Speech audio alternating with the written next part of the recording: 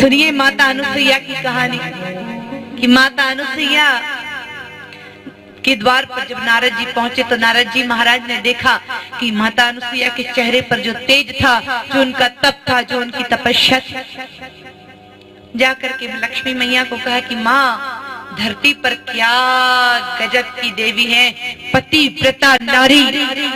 लक्ष्मी मैया बोली कि मारू भी बढ़िया, हाँ आपसे भी बढ़िया।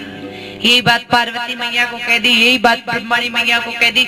नारी कभी नारी की प्रशंसा नहीं सुन सकती। सुनने वाली बहुत श्रेष्ठ होती है और सुन भी लेगी तो फिर कहीं ना कहीं मन में चलता रहता है।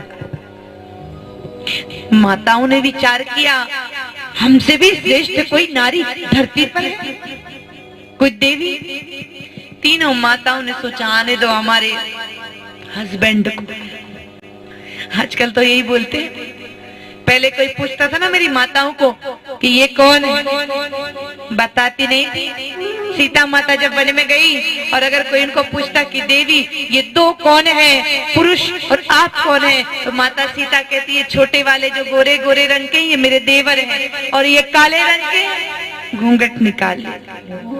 बस ऐसे करती माताएं समझ जाती है इनके पतिदेव है। आजकल जाओ शादी ब्याह में कहीं पर कोई पूछेगा ना आपको, और बेटा कैसी है, बढ़िया हूँ, और ये कौन है, ये मेरे हस्बैंड है। सीधा हस्बैंड का ही बैंड बजता है वहां पे, वो बेचारा चुपचाप खड़ा रहता है। तो भाई पतिदेव को आने दो। ब्रह्मा जी आए, शंकर जी आए, विष्णु जी आए, तीनों देवियों ने शिकायत की हमसे भी बढ़िया कोई नारी इस धरती पर है। बिल्कुल है, अनुसुईया माता। चलिए परीक्षा लेकर के आते हैं, क्या आपसे भी श्रेष्ठ है। ब्रह्मा विष्णु महेश तीनों चल पड़े, तीनों रास्ते में मिल गए।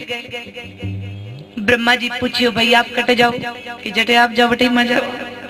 एक ही मार गए, तीना की देवियां रूस गई, चल पड़े।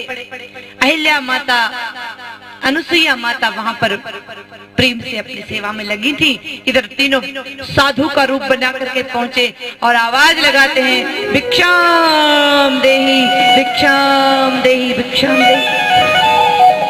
माता अनुसुईया बाहर निकल करके आई, भिक्षा देने लगी। साधु महात्मा बोले माँ ऐसे वैसे साधु नहीं है, हम तो ऐसे साधु हैं जो नारी। अब परीक्षा देखो कितनी कठोर परीक्षा ली है भगवान ने। जो नारी निर्वस्त्र होकर भिक्षा देगी उसी की भिक्षा हम स्वीकार करेंगे।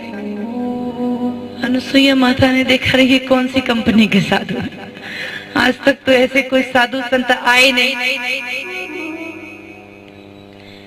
ध्यान लगाया, चिंतन किया, अच्छा ब्रह्मा विष्णु महेश पधारे हैं, चिंता की बात नहीं है। माता अनुसुईया ने अपने पति का अत्रि मुनि का कमंडल लिया, हाथ में जल लेकर के कहा कि हे स्वामी, अगर मैंने अपने मन क्रम वचन से अपने पति का ध्यान किया हो और सदैव मेरा चिंतन पति के चरणों में लगा हो, अगर मेरा पति व्रत धर्म प्रगाढ़ है तो ये भगवान भी बालक बन जाएं। जैसी जल छिड़का तीनों